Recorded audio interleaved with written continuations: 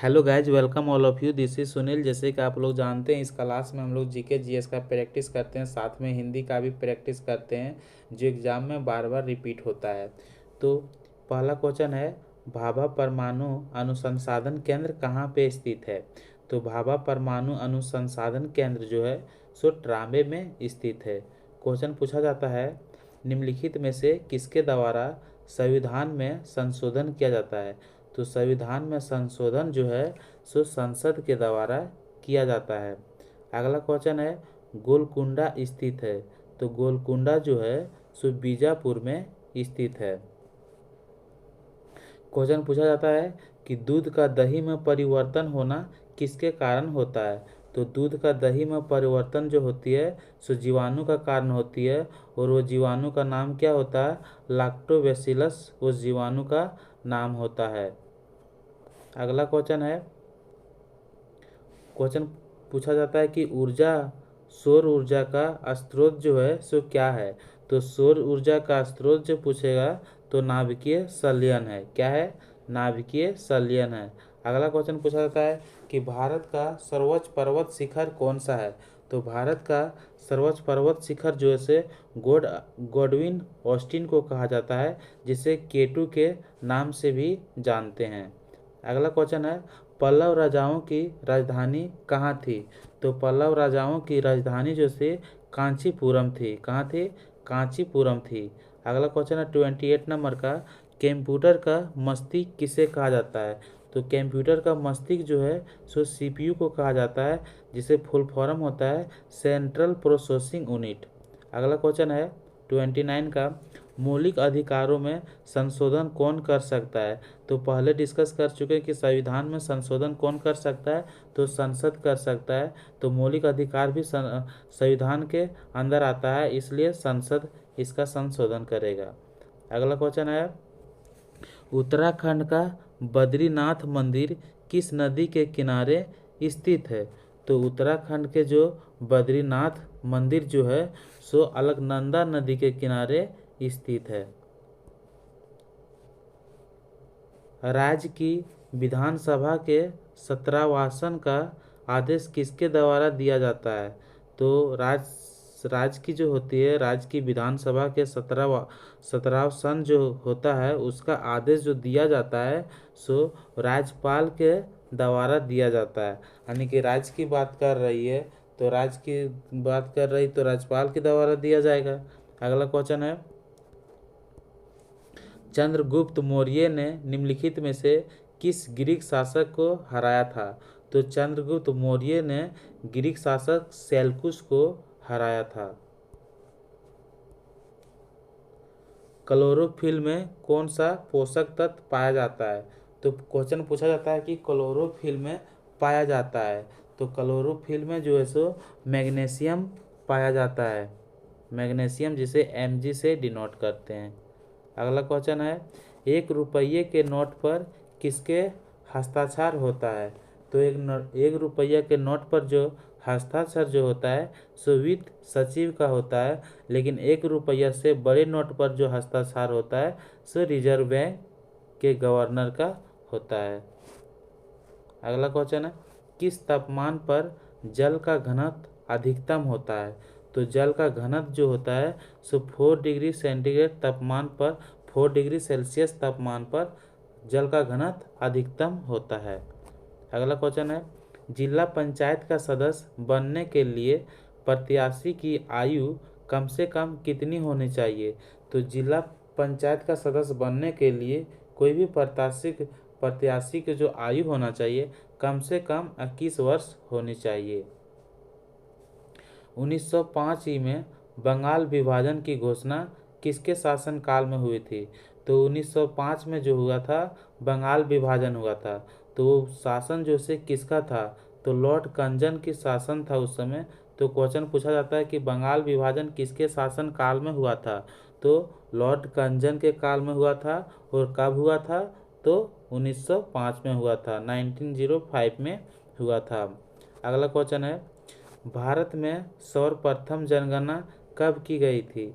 तो भारत में सर्वप्रथम जनगणना 1872 में की गई थी, लेकिन लेकिन क्वेश्चन पूछे जाएगा कि भारत में सबसे पहले जनगणना कब की गई थी, तो 1872 में। लेकिन क्वेश्चन पूछा जाएगा कि सफल वो जो जनगणना कब की गई थी, भारत में सर्वप्रथम सफल जनगणना कब हुई थी, तो 1881 में जो हुई थी सो सफल जनगणना हुई थी, या नियमित जनगणना भी बोल सकता है। क्वेश्चन पूछा जाएगा कि भारत में नियमित जनगणना कब हुई थी, तो 1881 में हुई थी। सफल जनगणना कब हुई थी, तो 1881 में हुई थी। लेकिन पूछा जाएगा सीधा सीधी कि भारत में सर्वप्रथम जनगणना कब हुई थी, तो 1872 में हुई थी। अगला क्वेश्चन है, खट्टे फल कौन से विटामिन का स्रोत है, तो खट्टे फल किसमें होता है, आंवला। आंवला खट्टा होता है, तो खट्टे फल नींबू हो गया, आंवला हो गया। तो खट्टे फल में विटामिन सी पाई जाती है। क्या पाई जाती है, विटामिन सी पाई जाती है। तो ऑप्शन नंबर बी के साथ आपका आंसर होगा। अगला क्वेश्चन है, शुद्ध सोना कितने कैरेट का बना होता है, तो शुद्ध सोना जो होता है सो 24 कैरेट का बना होता है। तो गाइज हम लोग जीके जीएस कंप्लीट कर चुके हैं। अब हम लोग हिंदी का रिवीजन करने वाले हैं। सारे शरीर की हड्डियां का ढांचा, तो इसको वाक्य में बदलना है। तो सारे शरीर का हड्डियां की ढांचा जो होती है सो उसे क्या कहते हैं हम लोग, कंकाल कहते हैं। तो ऑप्शन नंबर सी के साथ आंसर होगी। अगला क्वेश्चन है, सही बर्तनी वाले शब्द का चयन करें। तो इसमें विदुषी जो है, विदुषी किस प्रकार से लिखा जाता है, तो विदुषी जो देखते हैं सो ऑप्शन नंबर डी जिस प्रकार से लिखा है इसी प्रकार से विदुषी लिखा जाता है। तो ऑप्शन नंबर डी सही है। अगला क्वेश्चन है, दुष्काल में भूख से मरने की अवस्था हो जाती है, शब्द समूह के स्थान पर उचित शब्द लिखिए। तो दुष्काल में जब भूख से मरने की अवस्था हो जाती है तो उसे क्या कहते हैं, तो भूख से मरने की जो आवश्यकता हो जाती है तो उसे हम लोग भूखमरी कहते हैं। अगला क्वेश्चन है, सब्ज बाग दिखाना। सब्ज बाग दिखाना उसे क्या कहते हैं, तो सब्ज बाग दिखाना माने अच्छी अच्छी बातें कहकर बहकाना, उसी को कहते हैं सब्ज बाग दिखाना, अच्छी अच्छी बातें कहकर बहकाना। अगला क्वेश्चन है, विष उगलना को क्या कहते हैं, तो विष उगलना को हम लोग देशपूर्ण बात करना कहते हैं। किसी भी चीज़ को आप पूरा तरह से बता दिए, जितना भी था सब उगल दिए, तो दृश्यपूर्ण बात करना कहते हैं उसे। अगला क्वेश्चन है, रिक्त स्थान की पूर्ति के लिए सबसे उपयुक्त शब्द का चयन करें। तो हमारे शिक्षक प्रश्न पूछते हैं या पूछवाते हैं, तो हमारे शिक्षक जो है प्रश्न पूछते हैं, तब पूछते हैं तो पाम दुर्गहु पू होगा। तो ऑप्शन नंबर ए के साथ आंसर होगी। अगला क्वेश्चन है 7 नंबर का क्वेश्चन है, दिए गए वाक्यांश के लिए एक शब्द दिए। तो जो कम खर्चा करता है उसे क्या कहते हैं, तो जो कम खर्चा करता है उसे हम लोग मितव्ययी कहते हैं, यानी कि कम खर्चा करने वाले व्यक्ति को मितव्ययी कहते हैं। अगला क्वेश्चन है, दिए गए शब्द के समानार्थी शब्द का चयन करें। तो व्योम शब्द का हम लोग समानार्थी शब्द और क्या क्या होता है, तो व्योम शब्द का जो समानार्थी शब्द जो होता है सो सी होता है, यानी कि व्योम का समानार्थी शब्द आकाश कह सकते हैं। आकाश को हम लोग क्या कह सकते हैं, गगन भी कह सकते हैं। उसके बाद क्या कह सकते हैं, अमर भी कह सकते हैं। उसके बाद क्या कहते हैं, अनंत भी कह सकते हैं। उसको बाद हम लोग अंतरिक्ष भी कह सकते हैं, किसको, आकाश को। अगला क्वेश्चन है, चूना लगाना मुहावरे का सही अर्थ क्या होता है, तो चूना लगाना मतलब होता है धोखा देना। तो ऑप्शन नंबर बी आंसर होगा। अगला क्वेश्चन है 10 नंबर का, दिए गए शब्द का विलोम चुने। तो दिए गए शब्द क्रोध, क्रोध का उल्टा क्या होगा, जैसे कि वो क्रोध कर दिया तो क्रोध का उल्टा जो है क्या होगा, तो क्रोध, तो उसको क्षमा करना चाहिए उल्टा में। तो ऑप्शन नंबर सी आंसर होगा। तो क्रोध का हो गया, क्षमा हो गया। उसके बाद क्या, गुस्सा, तो गुस्सा आ गया। तो गुस्सा का जो विलोम शब्द होता है सो प्यार होता है, और दया का विलोम शब्द जो होता है सो निर्दयता होता है। अगला क्वेश्चन है, बिच्छू का विषैला होता है। तो बिच्छू का जो है डंक विषैला होता है। सही बर्तनी वाले शब्द का चयन करें। तो सही बर्तनी वाले शब्द में देखते हैं कि अत्यधिक जो है किस प्रकार लिखा जाता है। तो अत्यधिक जो है ऑप्शन नंबर 1 के जैसा लिखा जाता है। तो ऑप्शन नंबर ये सही है। मुझे क्या है आप स्वस्थ हो। तो मुझे हर्ष है कि आप स्वस्थ हो गए हैं। मुझे हर्ष है कि आप स्वस्थ हो गए हैं। तो ऑप्शन नंबर सी के साथ आंसर होगा। अगला क्वेश्चन है सही बर्तनी वाले शब्द का चयन करें।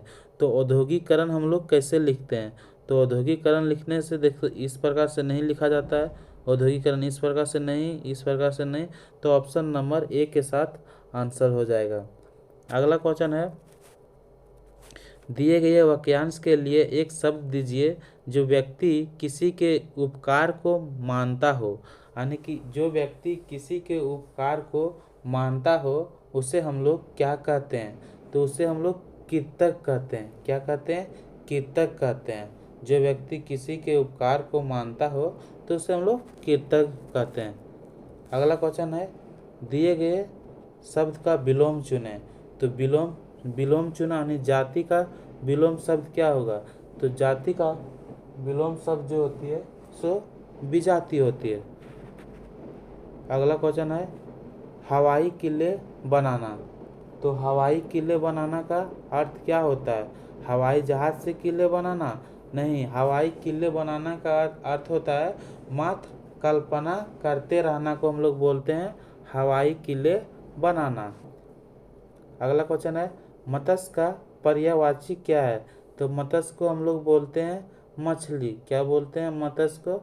मत्स्य को मछली बोलते हैं। इसका पर्यायवाची जो होती है सो मीन। मीन को क्या बोलते हैं हम लोग? मीन को भी हम लोग मछली बोलते हैं। क्या बोलते हैं? मीन को मछली बोलते हैं। तो ऑप्शन नंबर बी के साथ आंसर होगा। और मछली को हम लोग सफरी के भी नाम से जानते हैं। अगला क्वेश्चन है दिए गए वाक्यांश के लिए एक शब्द चुनें जो कई भाषाएं बोलती है। तो एक सा व्यक्ति जो कई भाषाएं बोलती है, कई भाषाएं यानी बहुत भाषा जानती है तो उसको बहुभाषी कहते हैं। यानी कि वो कई भाषा बोलती है, बहुत भाषा बोलती है तो उसे बहुभाषी कहते हैं।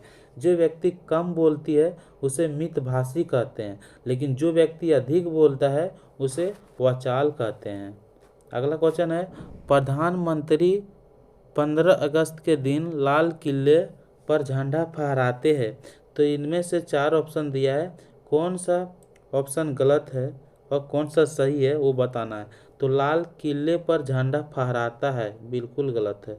लाल किले पर झंडा फहराता है, लाल किले पर झंडा फहराते हैं यहाँ है आना चाहिए। लाल किले पर झंडा फहरते हैं ये भी गलत है। तो किसी बदलाव की आवश्यकता नहीं है। यानी कि प्रधानमंत्री 15 अगस्त के दिन लाल किले पर झंडा फहराते हैं। तो इसका क्वेश्चन जो है वही सही है। तो ऑप्शन नंबर ए के साथ आंसर हो जाएगी।